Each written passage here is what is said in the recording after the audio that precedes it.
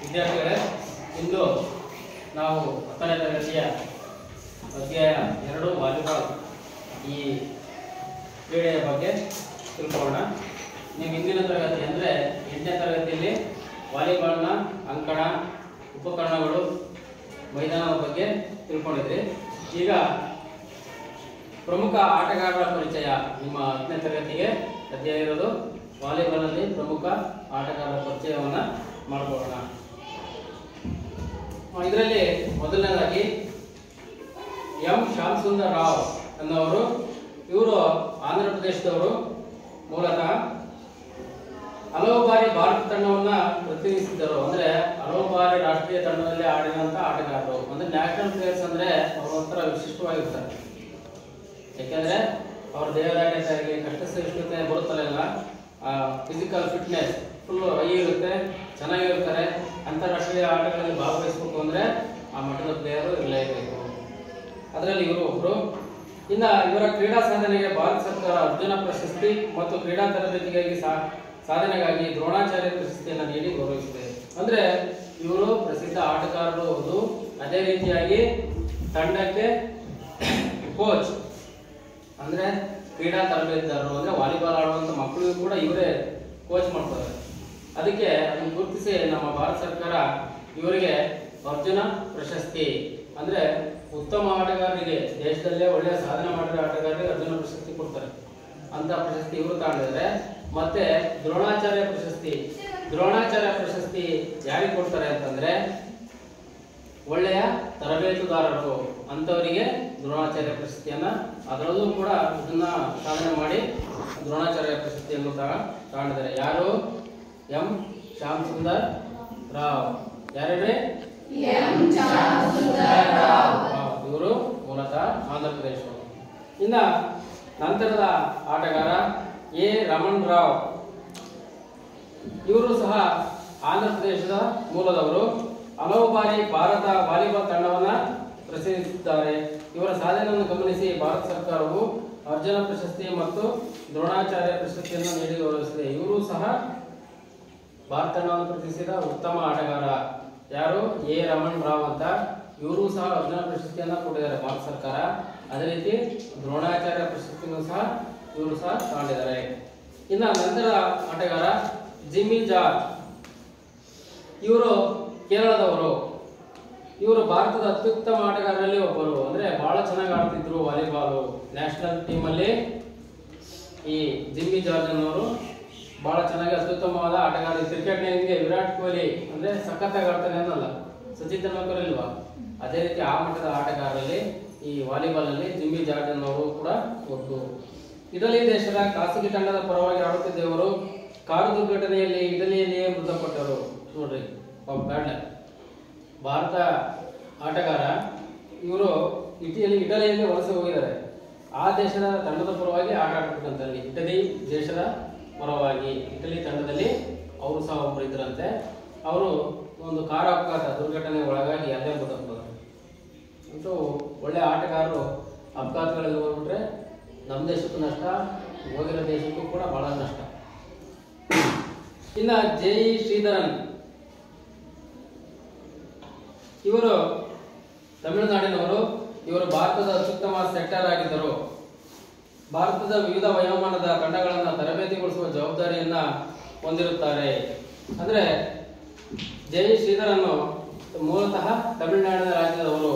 ಇವರು ತಂಡದ ಉತ್ತಮ ಸೆಟ್ಟರ್, ಪಾಸರ್, ಸೆಟ್ಟರ್, ಸ್ಮ್ಯಾಶರ್, ಈ ರೀತಿ ಹಲವಾರು ವಿಧಗಳಲ್ಲಿ ವಾಲಿಬಾಲ್ ಅಲ್ಲಿ ಇರುತ್ತೆ. ಅದರಲ್ಲಿ ಸೆಟ್ಟರ್ ಸ್ಥಾನವನ್ನು ಬಹಳ ಚೆನ್ನಾಗಿ ನಿಭಾಯಿಸ್ತಿದ್ರು, ಆಟ ಆಡ್ತಿದ್ರು. ಕ್ರಿಕೆಟ್ನ ಕೀಪಿಂಗ್ ಮಾಡ್ತಾರೆ, ವಿಕೆಟ್ ಕೀಪರ್ ಧೋನಿ ಅಂತ ಹೇಳ್ತಿದ್ವಾ, ಬಹಳ ಚೆನ್ನಾಗಿ ಮಾಡ್ತಾರೆ, ನಿಭಾಯಿಸ್ತಾನೆ ಅಂತ. ರಿಷಬ್ ಪಂತ್, ಕೆ ಎಲ್ ರಾಹುಲ್ ಅವರೆಲ್ಲ ಇದಾರಲ್ಲ, ಆ ರೀತಿ ವಾಲಿಬಾಲ್ ಸೆಟ್ಟರ್ ಥರ ಇವರು ಕೂಡ ಅತ್ಯುತ್ತಮವಾದ ಸೆಟ್ಟರ್ ಆಗಿ ಭಾರತದ ವಿವಿಧ ವಯೋಮಾನದ ತಂಡಗಳನ್ನು ತರಬೇತಿಗೊಳಿಸುವ ಜವಾಬ್ದಾರಿಯನ್ನು ಹೊಂದಿರುತ್ತಾರೆ. ಅಂದರೆ ವಿವಿಧ ವಯೋಮಾನ. ಯಾವ ವಯೋಮಾನ? ಸಬ್ ಜೂನಿಯರ್ಸ್, ಜೂನಿಯರ್ಸ್, ಸೀನಿಯರ್ಸ್, ಈ ರೀತಿ ವಿಭಾಗಗಳು ಬರ್ತವೆ. ಆ ವಿಭಾಗಗಳಿಗೆ ಇವರು ತರಬೇತಿಯನ್ನ ಕೊಡೋದು, ಆ ಜವಾಬ್ದಾರಿಯನ್ನ ಇವರು ನಿಭಾಯಿಸ್ತಾರೆ. ನಂತರ ಚಾರ್ಲ್ಸ್ ಕಿರಲಿ ಚಾರ್ಲ್ಸ್ ಕಿರಲಿ 3ನೇ ನವೆಂಬರ್ 1960ರಲ್ಲಿ ಅಮೆರಿಕದ ಮಿಚಿಗಾನ್ನಲ್ಲಿ ಜನಿಸಿದ್ದು. ಹೆಸರೇನು? ಚಾರ್ಲ್ಸ್ ಕಿರಲಿ ಅಂತೇಳಿ. ಇವರು ಅಮೆರಿಕದ ಮಿಚಿಗಾನ್ನಲ್ಲಿ ಜನಿಸಿದ್ದು ವಾಲಿಬಾಲ್ನಲ್ಲಿ ಪ್ರಖ್ಯಾತಿ ಪಡೆದಿರುತ್ತಾರೆ. ಅಂತಾರಾಷ್ಟ್ರೀಯ ಮಟ್ಟದಲ್ಲಿ ಪ್ರಸಿದ್ಧಿಯಾಗಿದ್ದು ಕಾರ್ಚ್ ಎಂಬ ಅಡ್ಡ ಹೆಸರಿನಿಂದ ಕರೆಯಲ್ಪಡುತ್ತಾರೆ. ಅಂದ್ರೆ ಸ್ಪೆಷಲ್ ಆಟಗಾರ ಅಮೆರಿಕದ್ದು. ಇವರಿಗೆ ಅಡ್ಡ ಹೆಸರು ಕಾರ್ಚ್ ಅಂತ ಕರೀತಾರೆ. 20ನೇ ಶತಮಾನದ ವಿಶ್ವ ಶ್ರೇಷ್ಠ ವಾಲಿಬಾಲ್ ಆಟಗಾರರಾದ ಕಾರ್ಚ್ ಕಿರಲಿ ಅಮೆರಿಕ ಪುರುಷ ತಂಡದಲ್ಲಿದ್ದು ಆಡಿದ್ದು ಕೆಳಕಂಡ ಪದಕ ಬಹುಮಾನಗಳನ್ನ ಪಡೆದಿದ್ದಾರೆ. ಅಂದ್ರೆ ಇವರು ಸ್ಪೆಷಲ್ ಆಗಿ ಕೊಡ್ತಾರೆ. ಎಲ್ಲ ನಮ್ಮ ದೇಶದಲ್ಲಿ ಕೊಡಿದ್ರು, ಈಗ ವಿದೇಶಿ ಆಟಗಾರರು ಕೊಡಿದ್ದಾರೆ. ಅಂದ್ರೆ ಅತ್ಯುತ್ತಮವಾದ ಆಟಗಾರ ವಾಲಿಬಾಲ್. ಯಾಕಂದ್ರೆ ನೀವು ವಾಲಿಬಾಲ್ ನೋಡಲ್ಲ ಸಹಜವಾಗಿ, ಇಲ್ಲಿ ಗ್ರಾಮೀಣ ಪ್ರದೇಶಗಳಾಗೆ ಆಡ್ತಿರೋದು ಅಥವಾ ಎಲ್ಲೋ ಸಿಟಿಗೆ ಹೋದಾಗ ನಿಮ್ಗೆ ಸ್ಪೋರ್ಟ್ಸ್ ನಡೆಯಬೇಕಾರ ಅಲ್ಲಿ ವಾಲಿಬಾಲ್ ಆಡ್ತಾ ನೋಡ್ತೀವಿ. ಬಟ್ ನ್ಯಾಷನಲ್ ಇಂಟರ್ನ್ಯಾಷನಲ್ ಆಟಗಳು ನೋಡಬೇಕು, ಎಷ್ಟು ಚೆನ್ನಾಗಿರುತ್ತೆ ಅಂದರೆ ಹೆಚ್ಚು ಕಡಿಮೆ ನಾವೇನು ವಾಲಿಬಾಲ್ ನಟ್ ಕಟ್ತೀವಲ್ಲ, ಆ ನಟ್ಟು ಮಟ್ಟ ಆಗಿಬಿಡ್ತಾರೆ ಪ್ಲೇಯರ್ಸ್. ಅವ್ರು ಹೊಡೆಯೋ ಶಾಟ್ಗಳು ನೋಡ್ಬೇಕು ನೀವು. ಸರ್ವಿಸು ಕೂಡ ಅದೇ ರೀತಿ ಬರ್ತವೆ, ಸ್ಮ್ಯಾಶ್ ಹೊಡೆಯೋದು ಕೂಡ ಅಲ್ಲೇ ನೆನಪು ಹೊಡಿತಾರೆ ಮುಂದೆ ಬಡ್ಡ. ಅಷ್ಟು ಚೆನ್ನಾಗಿ ಆಡ್ತಿರ್ತಾರೆ ಅವರು. ಭಾಳ ಇಂಟ್ರೆಸ್ಟಿಂಗ್ ಗೇಮ್ ವಾಲಿಬಾಲ್. ಅಂದರೆ ನ್ಯಾಷನಲ್ ಇಂಟರ್ನ್ಯಾಷನಲ್ ಆಟಗಳು ನೋಡ್ಬೇಕು ನೀವು. ಟಿ ವಿ ಚಾನಲ್ಸ್ನಲ್ಲಿ ಆಗ್ತಿರ್ತಾರೆ ನೋಡ್ರಿ. ಎಸ್ಪೆಷಲಿ ESPN ಜಾಸ್ತಿ ಬರ್ತವೆ. ESPN, ಸ್ಟಾರ್ ಸ್ಪೋರ್ಟ್ಸು, ಅದರಲ್ಲಿ ಈ ಬಾಸ್ಕೆಟ್ಬಾಲು, ವಾಲಿಬಾಲು ಇಂಥವು ಜಾಸ್ತಿ ಆಗ್ತಿರ್ತಾರೆ. ಆ ಮ್ಯಾಚ್ಗಳು ನೋಡ್ರಿ, ಭಾಳ ಚೆನ್ನಾಗಿರ್ತವೆ.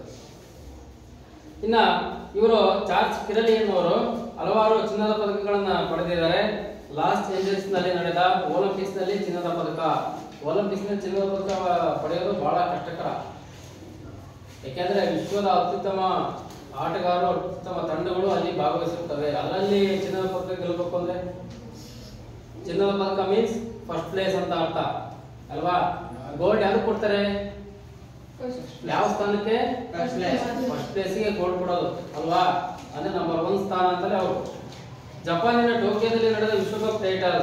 ಅಂದ್ರೆ ಟೋಕಿಯೋದಲ್ಲಿ, ಜಪಾನಿನ ಟೋಕಿಯೋದಲ್ಲಿ ವಾಲಿಬಾಲ್ ವಿಶ್ವಕಪ್, ಹೆಂಗೆ ಕ್ರಿಕೆಟ್ ವಿಶ್ವಕಪ್ ನಡೆಯುತ್ತೋ ಹಂಗೆ ವಾಲಿಬಾಲ್ ವಿಶ್ವಕಪ್ನಲ್ಲಿ ಕೂಡ ಫಸ್ಟ್ ಪ್ರೈಸ್ ತಗೊಂಡಾರೆ, ಅಂದ್ರೆ ಚಿನ್ನದ ಪದಕ ತಗೊಂಡಾರೆ. ಪ್ಯಾರಿಸ್ನಲ್ಲಿ ನಡೆದ ವಿಶ್ವ ಚಾಂಪಿಯನ್ಶಿಪ್ ಟೈಟಲ್.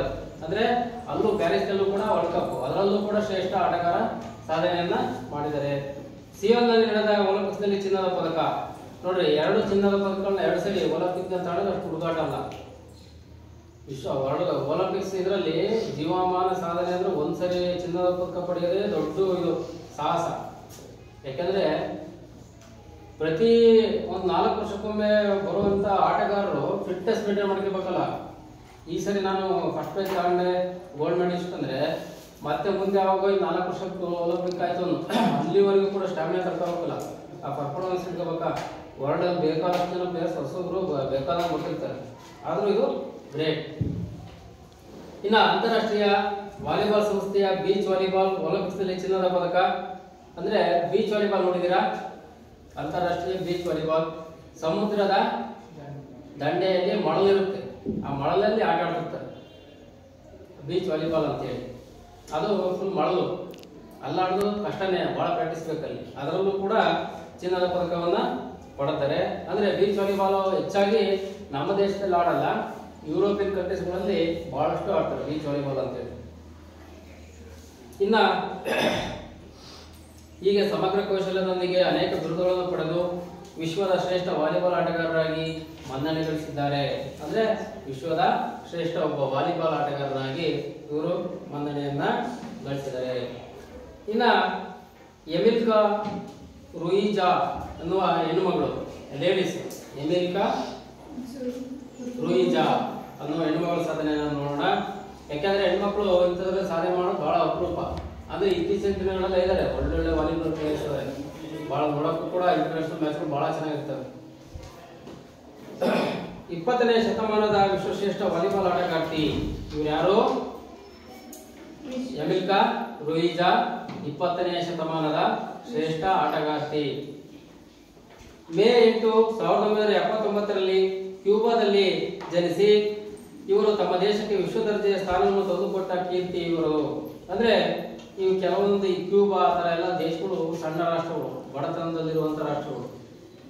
ಅಂತಾರಾಷ್ಟ್ರದಲ್ಲಿ ಹುಟ್ಟಿ ಇವರು ಅಂತಾರಾಷ್ಟ್ರೀಯ ಮಟ್ಟದಲ್ಲಿ ಬೆಳೆದು ದೇಶಕ್ಕೆ ಕೀರ್ತಿಯನ್ನ ತಂದಿದ್ದಾರೆ. 1992ರಿಂದ 2000ವರೆಗೆ ಈಕೆಯ ಅದ್ಭುತ ಸಾಧನೆಗಳು ಏನೇನು? 92ರಿಂದ 2000 ಇಸ್ವಿವರೆಗೂ ಅಂದ್ರೆ 8 ವರ್ಷ ಸತತವಾಗಿ ಬಹಳಷ್ಟು ಸಾಧನೆಗಳನ್ನು ಇವರು ಮಾಡಿದ್ದಾರೆ. ಬಾರ್ಸಿಲೋನಾದಲ್ಲಿ ನಡೆದ ಒಲಿಂಪಿಕ್ ಚಿನ್ನದ ಪದಕ ಅಂದ್ರೆ ಒಲಿಂಪಿಕ್ಸ್ ನಲ್ಲಿ ಚಿನ್ನದ ಪದಕವನ್ನ ಪಡೆದಿದ್ದಾರೆ, ಅಂದ್ರೆ ಫಸ್ಟ್ ಪ್ಲೇಸ್. ಇನ್ನು ಬ್ರೆಜಿಲ್ ನಲ್ಲಿ ನಡೆದ ವಿಶ್ವ ಚಾಂಪಿಯನ್ಶಿಪ್ ಟೈಟಲ್ ಅಂದ್ರೆ world cup, volleyball world cup ಅಲ್ಲಿ ಫಸ್ಟ್ ಪ್ಲೇಸ್. ಟೋಕಿಯೋದಲ್ಲಿ ನಡೆದ ವಿಶ್ವಕಪ್ ಟೈಟಲ್, ಟೋಕಿಯೋದಲ್ಲೂ ಕೂಡ ಅಲ್ಲೂ ವಿಶ್ವಕಪ್ ಇದರಲ್ಲಿ ಟೈಟಲ್ ತಂದ್ರೆ ಅಲ್ಲೂ ಫಸ್ಟ್ ಪ್ಲೇಸ್. ಅಟ್ಲಾಂಟಾದಲ್ಲಿ ನಡೆದ ಒಲಿಂಪಿಕ್ ಚಿನ್ನದ ಪದಕ ನೋಡ್ರಿ, ಇವರು 2ನೇ ಸರಿ ಚಿನ್ನದ ಪದಕವನ್ನ ಮೂರು ಬಾರಿ ತಗೊಂಡರೆ. ಅದರಲ್ಲಿ ಅಟ್ಲಾಂಟಾದಲ್ಲಿ ಕೂಡ ಒಲಿಂಪಿಕ್ ಚಿನ್ನದ ಪದಕ. ಸಿಡ್ನಿಯಲ್ಲಿ ನಡೆದ ಒಲಿಂಪಿಕ್ ಚಿನ್ನದ ಪದಕ, ಸಿಡ್ನಿಯಲ್ಲೂ ಸಹ ವಾಲಿಬಾಲ್ ಇದರಲ್ಲಿ ವುಮೆನ್ಸ್ ಅಲ್ಲಿ ಫಸ್ಟ್ ಪ್ಲೇಸ್ ಅನ್ನ ಇವರು ಪಡೆದಿದ್ದಾರೆ. ಹೀಗೆ ಅನೇಕ ಸಾಧನೆಯೊಂದಿಗೆ ತನ್ನ ಕೀರ್ತಿ ಶಿಖರವನ್ನೇರಿ ವಿಶ್ವವಿಖ್ಯಾತ ಮಟ್ಟಕ್ಕೆ ಏರಿದ್ದಾರೆ. ಅಂದ್ರೆ ಇವರು ಸಹ ಸತತ 8 ವರ್ಷನೂ ಕೂಡ ಬಹಳ ಅಮೂಲ್ಯವಾದ ಸಾಧನೆಯನ್ನು ಮಾಡಿ ತಮ್ಮ ದೇಶದ ಹೆಸರನ್ನು ಕೂಡ ಪ್ರಪಂಚಕ್ಕೆ ತಿಳಿಸಿದ್ದಾರೆ. ಹೀಗೆ ಅನೇಕ ಆಟಗಾರರು ಈಗ ಒಲಿಂಪಿಕ್ಸ್ ನಲ್ಲಿ ಕೆಲವೊಮ್ಮೆ ಏನಾಗುತ್ತೆ, ನಮ್ಮಂತ ಭಾರತ ದೇಶ 150 ಕೋಟಿ ಜನಸಂಖ್ಯೆ ಇರುವಂತ ದೇಶನೂ ಕೂಡ ಕೇವಲ ಬಂಗಾರ ಪದಕಗಳು 1-2 ಗೆಲ್ತಾರೆ. ಆದ್ರೆ ಕೆಲವು ನಮ್ಮ ಕರ್ನಾಟಕಕ್ಕಿನ ಸಣ್ಣ, ನಮ್ಮ ರಾಜ್ಯಕ್ಕಿನ ಬರೀ ಕೇವಲ 2-3 ಜಿಲ್ಲೆ ಹಾಕಿದ್ರೆ ಅಂತ ರಾಷ್ಟ್ರಗಳದಾವೆ ವಿಶ್ವದಲ್ಲಿ. ಅಂತ ರಾಷ್ಟ್ರದ ಪ್ಲೇಯರ್ಸ್ ಚಿನ್ನದ ಪದಕವನ್ನ ಗೆದ್ದಿರುವಂತ ಇತಿಹಾಸಗಳು ಬಹಳ ಇದಾವೆ. ಹಾಗೆ ಈ ವಾಲಿಬಾಲ್ ಅನ್ನ ಬಹಳಷ್ಟು ಜನ ಆಡಿ ಇವತ್ತು ಪ್ರಪಂಚದಾದ್ಯಂತ ಬಹಳ ಉನ್ನತವಾದ ಸ್ಥಾನವನ್ನು ಪಡೆದಿದೆ. ನಾವು ಹಂಗೆ ಗಮನಿಸಿ, ನೀವೆಲ್ಲ ಯಾವ ಕಡೆನಾರು ನೋಡ್ಲಿ, ಶಾಲೆಗಳಾಗಲಿ ಎಲ್ಲರಾಗಲಿ, ಸಂಜೆ ಹೊತ್ತು ಮಾಮೂಲಿ ಜನ ಆಗಿರ್ಲಿ ಅವರು ವಾಲಿಬಾಲ್ ಅನ್ನು ಆಡ್ತಿರ್ತಾರೆ ಸುಮ್ಮನೆ ನಟ್ಕಟ್ಕೊಂಡು ಅಲ್ವಾ. ವಿದ್ಯಾರ್ಥಿಗಳಾದ್ರೂ ಆಗಿರ್ಬೋದು ಅಥವಾ ಓದು ಮುಗಿದ ಅನೇಕ ಜನರಿರ್ಬೋದು, ಹೊರಗಿನ ಜನನಿತ್ಯ ವಾಲಿಬಾಲ್ ಪ್ರಾಕ್ಟೀಸ್ ಮಾಡ್ತಾರೆ. ಅಂದ್ರೆ ಅಂತ ಗೇಮ್. ಇಷ್ಟು ನಾವು 10ನೇ ತರಗತಿಯ ವಾಲಿಬಾಲ್ ಅಧ್ಯಾಯವನ್ನ ನೋಡಿದ್ವಿ. ಇದರಲ್ಲಿ ಅನೇಕ ಬಿಟ್ಟ ಸ್ಥಳ ತುಂಬಿರಿ ಮತ್ತು ಪ್ರಶ್ನೆಗಳಿಗೆ ಉತ್ತರಿಸಿ. ಇವನ್ನೆಲ್ಲ ನೀವು ವಿದ್ಯಾರ್ಥಿಗಳು ಪಾಠವನ್ನು ಓದ್ಕೊಂಡು ನೋಟ್ಸಿಗೆ ಬರೀಬೇಕು. ಗೊತ್ತಾಯ್ತಾ? ಮಾಡಿರುವ ಪಾಠದ ಬಗ್ಗೆ ಕೆಲವು ಕ್ವಶನ್ ಕೇಳ್ತೀವಿ, ನೀವು ಹೇಳ್ಬೇಕು ವಿದ್ಯಾರ್ಥಿಗಳು. ಎಂ ಶ್ಯಾಮ್ ಸುಂದರ್ ರಾವ್ ಇವರು ಯಾವ ರಾಜ್ಯದವರು? ಆಂಧ್ರ ಪ್ರದೇಶದವರು. ಆಂಧ್ರ ಪ್ರದೇಶ. Very good. ಕೇರಳದವರಾದ ಡ್ಯಾಶ್ ಇವರು ಇಟಲಿ ದೇಶದ ಖಾಸಗಿ ತಂಡದ ಪರವಾಗಿ ವಾಲಿಬಾಲ್ ಆಡಿರುತ್ತಾರೆ. ಆಗ್ಲೇ ಹೇಳಿದಲ್ಲ, ಕೇರಳದ ರಾಜ್ಯದವರು ಅಪಘಾತದಲ್ಲಿ ತೀರ್ಕೊಂಡ್ರು ಅಂತ ಹೇಳಿದ್ನಲ್ಲ.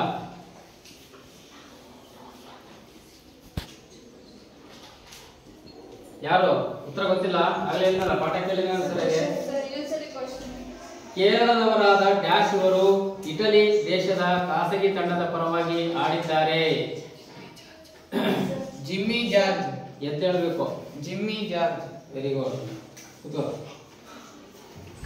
ವಿಶ್ವದ ಶ್ರೇಷ್ಠ ಆಟಗಾರ್ತಿಗಳಲ್ಲಿ ಕ್ಯೂಬಾ ದೇಶದ ಆಟಗಾರ್ತಿಯ ಹೆಸರು ನಿಮಗೆ ಕೊನೆಗೆ ಹೇಳಿದೆ ನಾನು. ಈಗ ಹೇಳ್ರಿ, ಜ್ವರ ಹೇಳ್ಬೇಕು. ಎಮಿಲ್ಕಾ ಲೂಯಿಜಾ. ಯಾವ ದೇಶದವರು? ಕ್ಯೂಬಾ.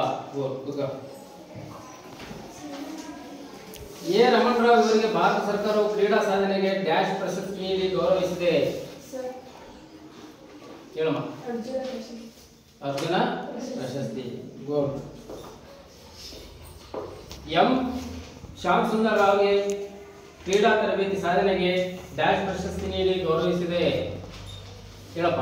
ದ್ರೋಣಾಚಾರ್ಯ ಪ್ರಶಸ್ತಿ ಮತ್ತು ಯಾವುದು? ದ್ರೋಣಾಚಾರ್ಯ ಪ್ರಶಸ್ತಿ ಮತ್ತೆ ಅರ್ಜುನ ಪ್ರಶಸ್ತಿ. ಕೂತ್ಕೋ. ಚಾರ್ಲ್ಸ್ ಕಿರ್ಲಿ ಅವರು ಪಡೆದಿರುವ ಪದಕಗಳ ಪಟ್ಟಿಯಲ್ಲಿ ಯಾವ ದೇಶದ ಆಟಗಾರ? ಅಮೆರಿಕ ದೇಶದ ಆಟಗಾರ ಅಂತ ಹೇಳಿದೆ ನಾನು. ಚಾರ್ಲ್ಸ್ ಕಿರ್ಲಿ ಅವ್ರು ಯಾವ ಇದರಲ್ಲಿ ಪದಕ ಪಡೆದಿದ್ರು?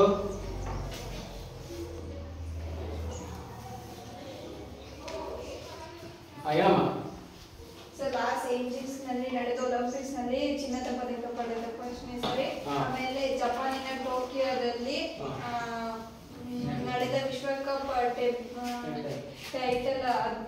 ಟೈಟಲ್ ಆದ್ರು. ಆಮೇಲೆ ಮತ್ತೆ ಪ್ಯಾರಿಸ್ ನಲ್ಲಿ ನಡೆದ ವಿಶ್ವ ಚಾಂಪಿಯನ್ ಅದರಲ್ಲೂ ಟೈಟಲ್, ಮತ್ತೆ ಸಿಯೋಸ್ ನಲ್ಲಿ ನಡೆದ ವಿಶ್ವಕಪ್ ಒಲಿಂಪಿಕ್ಸ್ ನಲ್ಲಿ ಚಿನ್ನದ ಪದಕ ಪಡೆದರು. Okay, very good.